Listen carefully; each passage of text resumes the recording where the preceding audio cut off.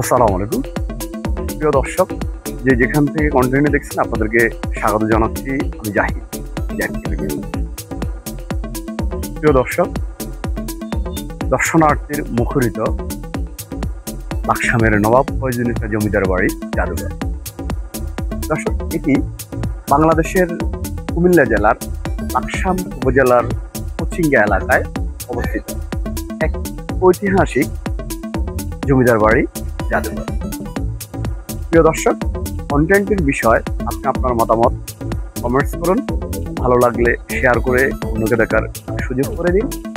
চ্যানেলটি নিয়মিত দেখতে চাইলে ফলো করে সাথে থাকুন। কুমিল্লার লাকসামে নবাব ফয়জুন্নেসা জমিদার বাড়ি জাদুঘর এখন দর্শনার্থী মুখরিত।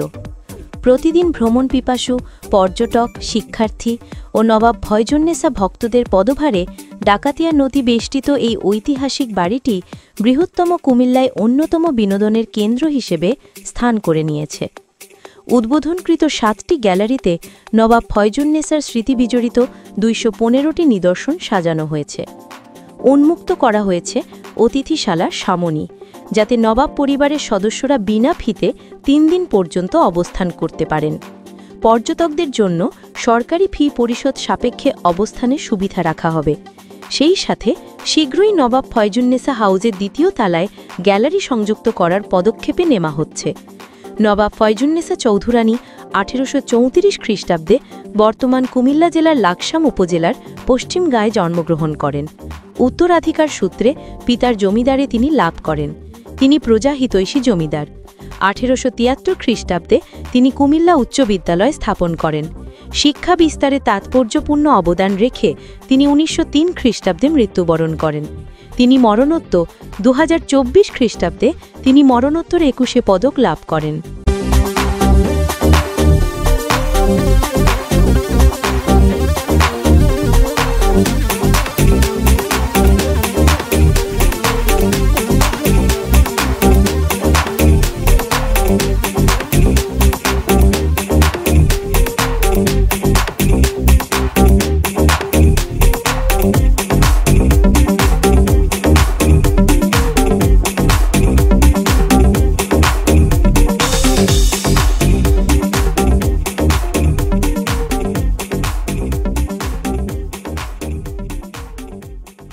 লাকসামের পশ্চিমগাঁয়ে নবাব ফয়জুন্নেসার স্মৃতি বিজড়িত বাড়িটি অষ্টাদশ শতাব্দীর মধ্যভাগে নির্মিত হয়েছিল বলে ধারণা করা হয়। নবাব ফয়জুন্নেসা চৌধুরানী বিগত 1298 বঙ্গাব্দ 30 জ্যৈষ্ঠ তারিখে ওয়াকফ দলিলে জমিদার বাড়িটি ওয়াকফ লিল্লাহ করেন। ওয়াকফ দলিলে মোট জমির পরিমাণ 21625.28 একর। তার মধ্যে 21327.91 একর প্রজাবিলি সম্পদ। খাস ও নিজ দখলীয় ওয়াকফ সম্পদের পরিমাণ 297.37 একর। আর.এস. খতিয়ানে এই জায়গার সঠিক পরিমাণ জানা যায়নি। বি.এস. খতিয়ানে জায়গার পরিমাণ কমে প্রায় 10 একরে দাঁড়িয়েছে। মূলত বিভিন্ন কারণে হারাতে বসেছিল পশ্চিমগাঁও নবাব বাড়ির স্থাবর অস্থাবর সম্পদ। বাড়ির দরজা জানালা উধাও। বাধ্য হয়ে সরকার 2017 সালে গেজেটের মাধ্যমে নবাব ফয়জুন্নেসা বাড়ির 4.55 একর জায়গা প্রত্নতত্ত্ব সম্পদ হিসেবে ঘোষণা করে।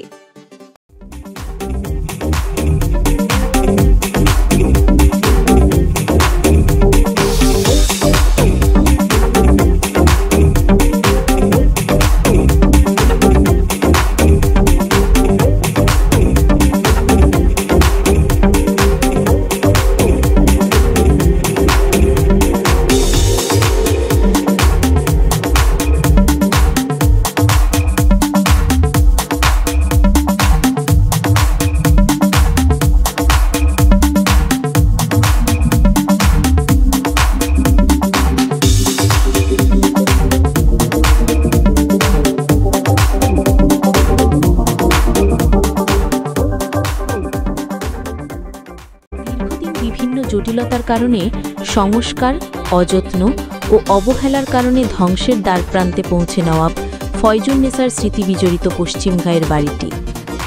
বেদখল হয়ে গেছে ওয়াকফ এস্টেটের অনেক জায়গা। লুটপাট হয়েছে অনেক ঐতিহাসিক ও মূল্যবান নিদর্শন। ধীরে ধীরে বাড়ির ইট বালু খুলে নেওয়ার প্রস্তুতি চলছিল। তৎকালীন সংস্কৃতি প্রতিমন্ত্রী KM খালিদ গত 2 জুন 2023 নবাব ফয়জুন্নেসার বাড়ি পরিদর্শন করেন এবং জাদুঘর প্রতিষ্ঠার ঘোষণা দেন। 28 আগস্ট 2023 তারিখ সংস্কৃতি মন্ত্রণালয় জাদুঘরের শাখা চালুর সিদ্ধান্তের সুবাদে 20/9/2023 প্রত্নতত্ত্ব অধিদপ্তরের সাথে জাতীয় জাদুঘরের সমঝোতা স্মারক স্বাক্ষর হয়।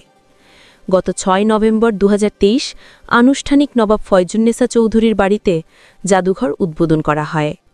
উদ্বোধনকৃত 3টি গ্যালারিতে 74টি নিদর্শন 20 টাকা দর্শনার্থী ফির বিনিময়ে প্রদর্শিত হয়ে আসছে।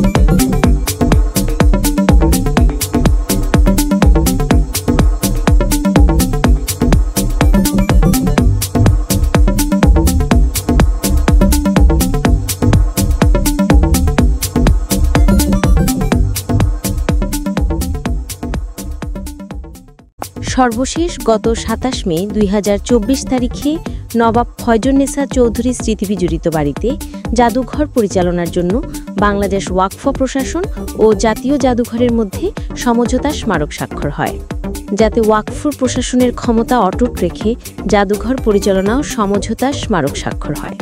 শর্ত থাকে জাদুঘরে দর্শনার্থী ফির 5% প্রদান এবং ওয়াকফ এস্টেটের বার্ষিক চাঁদা পরিশোধ জাতীয় জাদুঘর করবে।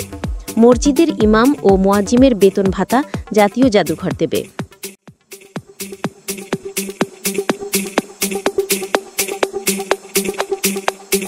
ভবিষ্যৎ পরিকল্পনা, আমাদের ভবিষ্যৎ পরিকল্পনা তো অনেক ব্যাপক। আমরা পুকুরটা অনেকাংশে কাজ আগে গেছে, এটা চারিদিকে আমাদের দর্শনার্থীরা যেন বসতে পারে সেই জন্য বসার স্থান করে দিব। আর এখানে একটা শিশু কর্নার অলরেডি যা কুমিল্লা জেলা পরিষদ থেকে এটা টাকা পাস হয়ে গেছে, এখন ব্যয় অনুমান দেওয়া হয়েছে। ওরা আমার হয়তো এটা টেন্ডারের কাজ প্রক্রিয়াধীন আছে।